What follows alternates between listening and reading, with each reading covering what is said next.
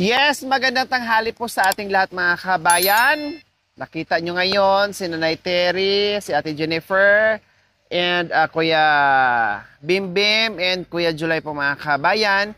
Nandito po kami ngayon, magkakasama kami kasi puntahan po namin si Ate Bia po mga kabayan. Yes, puntahan po namin si Ate Bia mga kabayan at meron kaming pupuntahan din mamaya. Kaya tara, let's go. Puntahan natin si Ate Bia. No? Dahil hindi kami magkakasama mga kabayan, kung sino yung available dyan, kung sino yung pwedeng sumama, kung sino yung madatnan namin, yun po yung aming makakasama.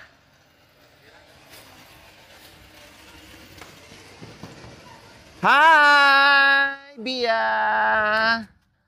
Kumusta? Okay lang si Bia. Okay, tara. O, Inang. O, si Bimbim. At si Ate Jennifer. O, nandito na rin si Kuya July. At kasama din si Ate May. O, nahilo ka, Ate May? Masakit yung sikmura mo? Ha? O, dito. Upo ka lang muna dyan sa ano para hindi ka mahilo, ha? Okay, tara. So, ayan po mga kabayan, nandito nga kami ngayon kay Nanay Celia na kung saan yun yung tinitirahan na nagpapaaral kay Ate Bia po mga kabayan, no? Pinasyalan po namin si Bia at kumustahin siyempre sa nangyari, no? Sa Thanksgiving and everything, no? At alam naman natin si Nanay Terry, ito ang kanyang kahilingan na puro pasyal. Hello po, Nay. Good afternoon po. Kumusta po kayo? Mabuti naman. Balita ko nung mga nakaraang linggo po ba? Medyo hindi maganda yung balita sa inyo. Nawala na po pala yung ano nyo. Condolence po, Nanay Celia. Kasi nung punta kami nung nakaraan dito, okay pa naman. And then yung pangalawang punta namin dito na hospital. Yung pala nung nakaraang linggo, pumunta din po sila dito at nakikilibing. So, hindi po kayo nakasama nung reunion ni Nanay Bia. Ang nakakasama si Opo, si Nanay Josie ang nandoon. Sabi ko, siguro, syempre, kamamatay lang ng mister, no? Hindi... ang nag-alaga talaga kay Bia ay si Nanay Josie, ang nagpalaki mula nung maliit. Napadpad lang po sa inyo dahil sa pag-aaral niya. Kayo ang nagpapaaral.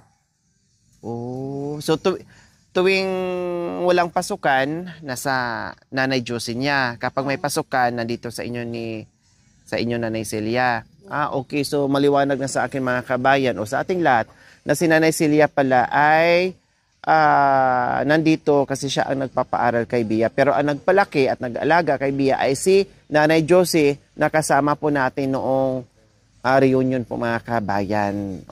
Okay? Di bali, ipakilala na rin namin. Hadi Kabim, si Bliss ni Lola. Bliss po.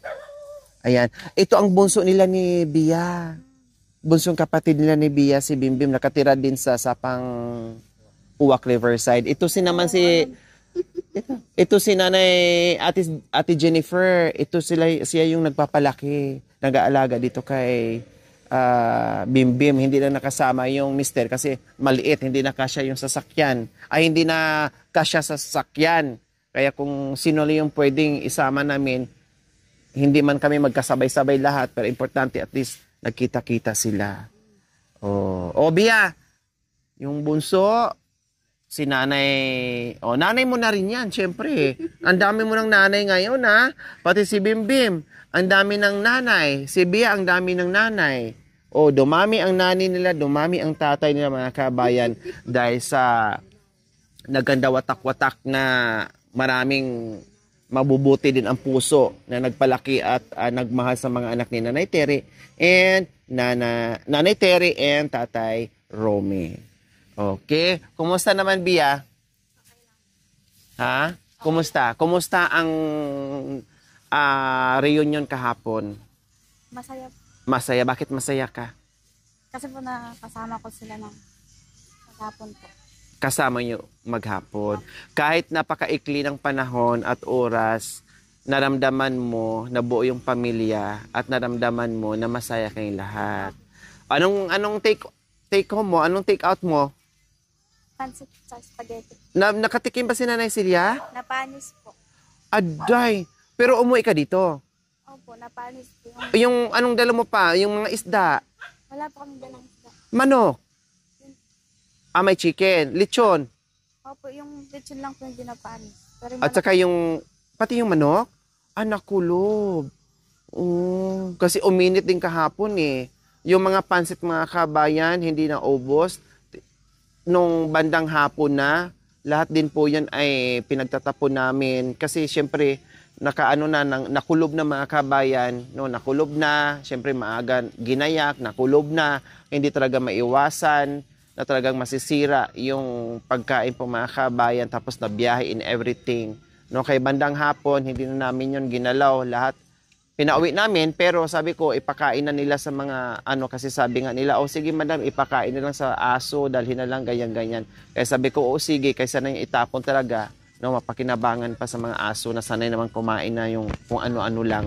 No, yun naman ang sabi ng mga kabayan. So, ayan po, mga kabayan, gaya ng sinabi ko doon sa ibang mga kapatid ni Ate Bia, hindi ako nag-announce, at hindi rin ako nangako sa kanila mga kabayan na meron akong pa-something sa kanila after reunion. At gaya din po ng sinabi ko po na gusto ko sanang ibigay doon after ng reunion mga kabayan. Kailang sabi ko malayo, no, at mahirap mag-akyat ng mga dala-dala po mga kabayan, no, in maglalakad sila and everything, and then mabigat na rin kasi maraming laman yung kulong-kulong na service po nila mga kabayan, dagdag bigat, no, dagdag sikip doon sa service po nila mga kabayan.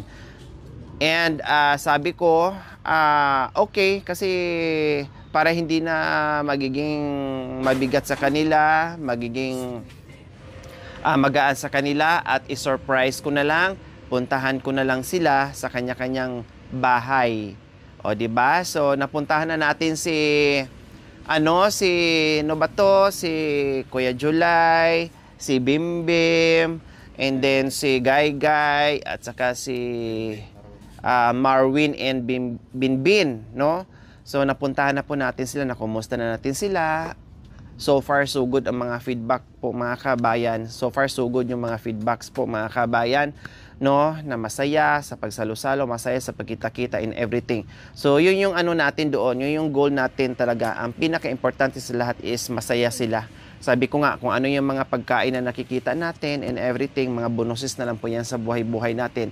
Dahil ang importante doon, ang pinaka-highlights doon is yung magkakapatid, magkapamilya na magkakaisa sila, at umpisa ng bawat isa na yung matagal na panahon na hindi sila nagkikita, na kahit papaano ay hindi pa hulian lahat na nagkita sila mga kabayan. So yun yung pinaka the best doon na nangyari sa Thanksgiving or sa reunion po nila mga kabayan. Kaya nandito kami, maghatid din po kami ng munting ayuda para dito kay Bia at dito sa makakasama niya po mga kabayan. Okay, so antayin natin. Kinukuha lang yung ating pagmamahal.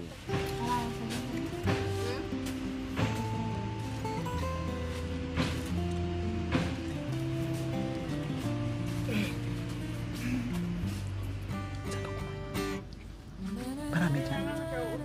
Bayabas? So, ayan. Nanay Celia and Ate Bia, assorted groceries. Higit sa lahat, meron tayong bigas.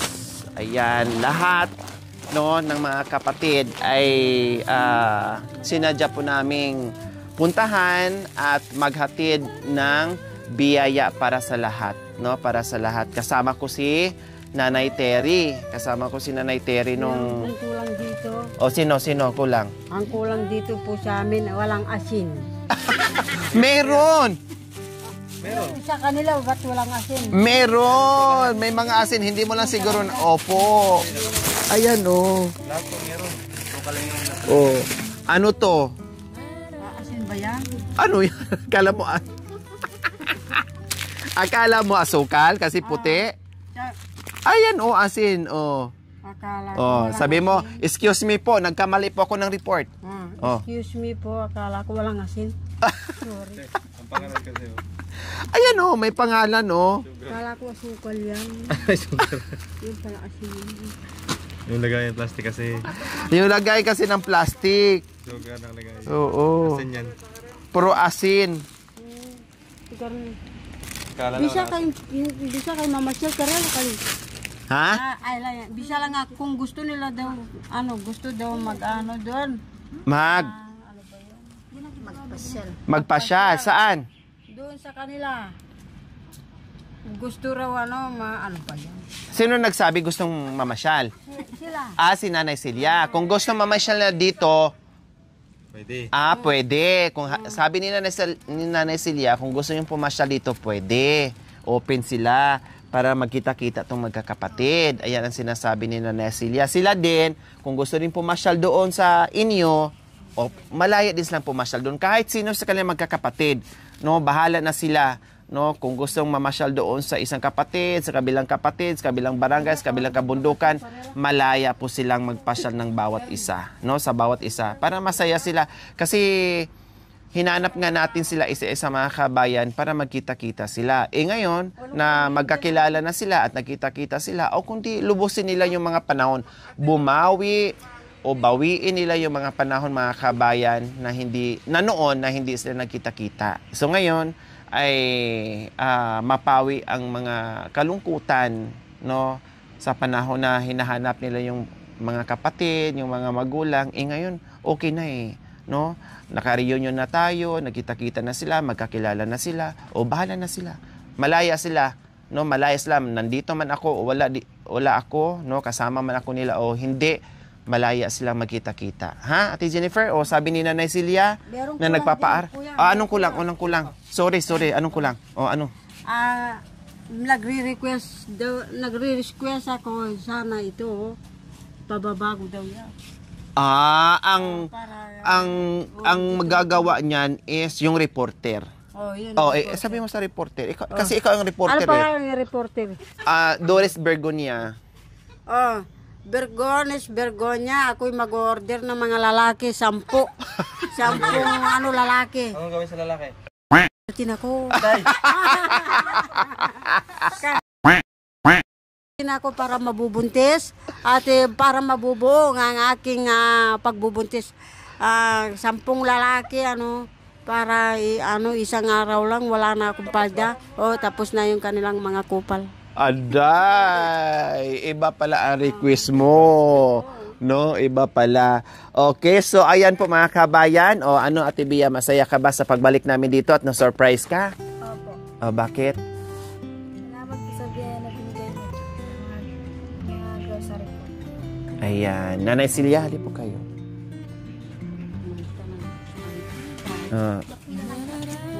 Salamat po sa binigay niyo pong biyaya sa amin. Marami salamat.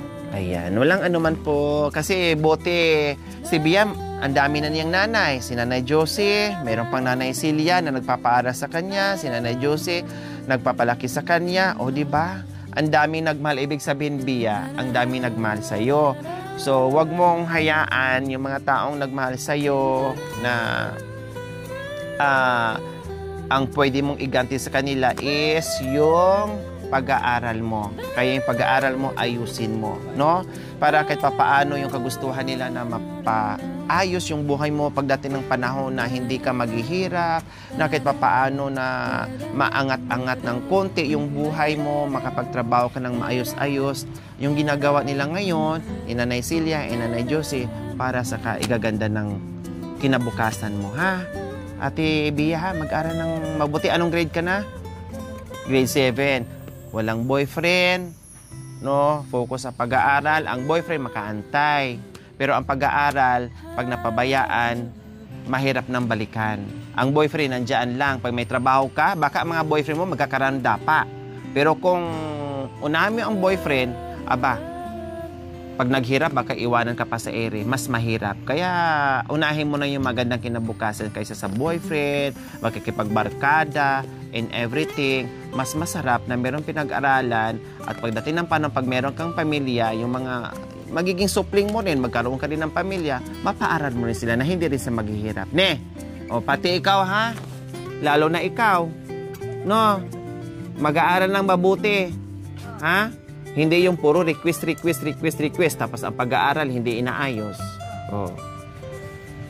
Kailangan ay mag-aral habang meron pa si mama at saka si papa na gumagastos at nagsisipag para sa inyo, Okay, so, Nanay Celia, baon-baon po ni dagdag baon-baon ni Bia. Baka naman kasi pag ibigan ni Bia, baka isang araw lang ding baon niya. O mas maganda na dyan sa'yo, isang araw-araw, o 100, at least natitipid. Diba? O walang man po, Nanay Celia. Salamat din na nabigyan nyo at natulungan nyo si Ate Bia na mapag-aral. Ha?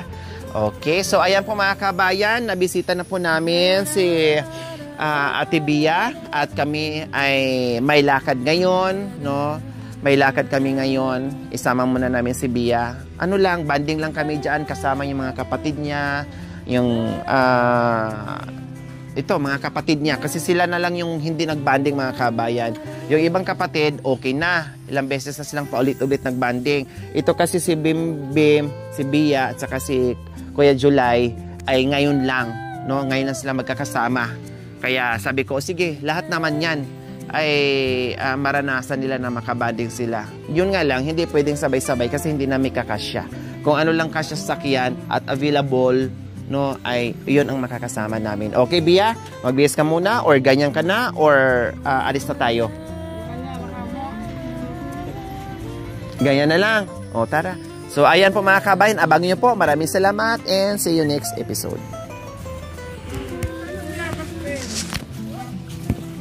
So, ayan po mga kabayan, dahil maganda dito at malawak at maraming pananim. Ayan, may mga santol. Ay, santol. Ano ba to?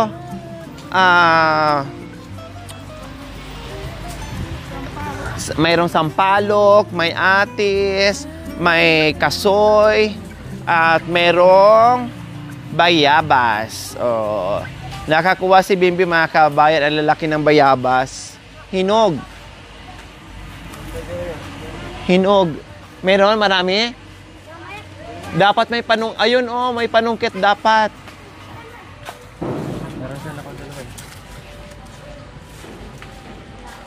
Ito pa ayan dalawa, hinog na siya. Sige. Kumuha, magbanding muna kayo.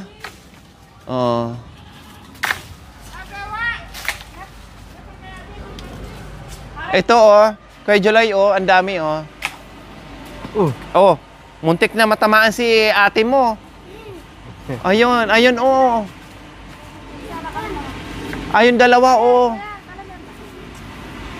dito kay July ayun Jaya Caters.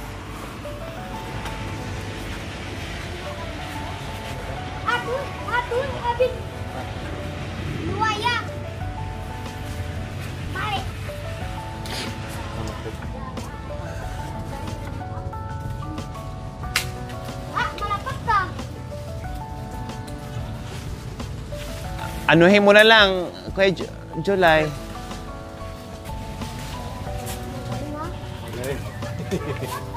Dapat ikaw bakit pag-aal. Ayan na. Maraming atis. Akyatin mo. Ito hinog na Ito hinog na. Tuyo na yan. Hala, ang lalaki, no? Sige, sa'yo na. Ang lalaki. Sama kayo, Bim nanay kayo.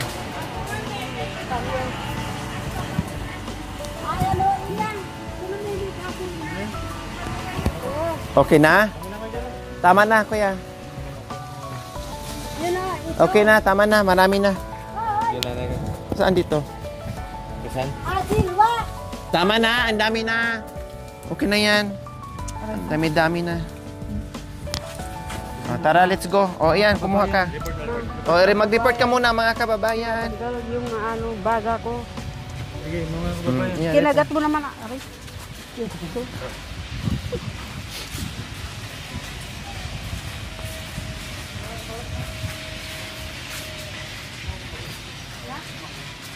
Ala na? Aliyapin. Digdagan. Hindi, okay na po. Marami na po yan. Sabaw, bambulang Okay na po lang.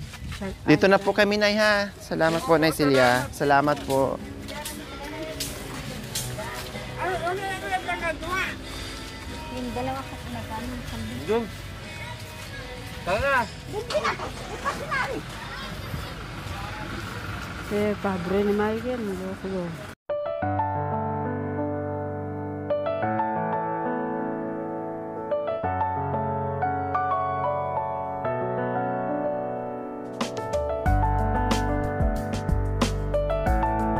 May kambing yan, Bia?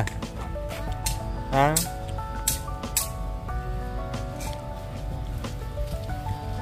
Kambing nila, Bia. Tatlo lang yan? Isa sa loob na.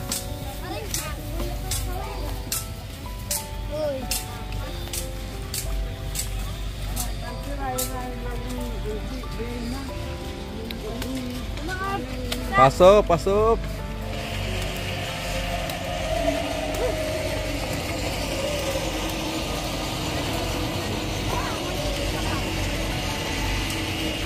Sige pa, Nay. Sige ya.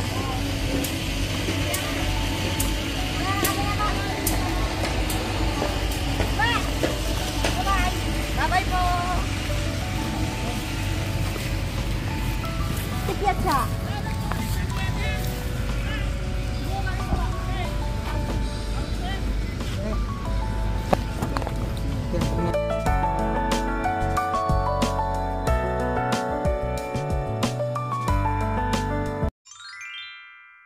Thank you for watching. Don't forget to like, share, and subscribe.